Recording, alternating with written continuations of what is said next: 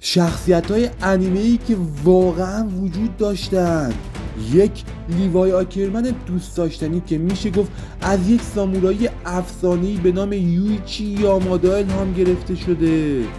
دو حاج آقا لوفی که این شخصیت بر اساس یه دزد دریایی خیلی خفن به نام الیور لاویسر ساخته شده.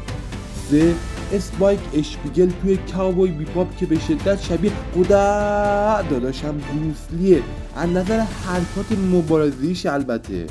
4 لایت یاگامی خوفناک که الهام گرفته شده از یک دانشجوی باهوش ژاپنی تو سال 1970 که به خاطر چند قتل معروف شد. 5 فریزا تو دراگون بال که شخصیت عجیبی داره و از یه سرمایه‌دار بیرحم ژاپنی که شرکت‌های کوچیک رو نابود می‌کرده الهام گرفته شده. فقط بهم بگو چند تا از پشماتون ریخته.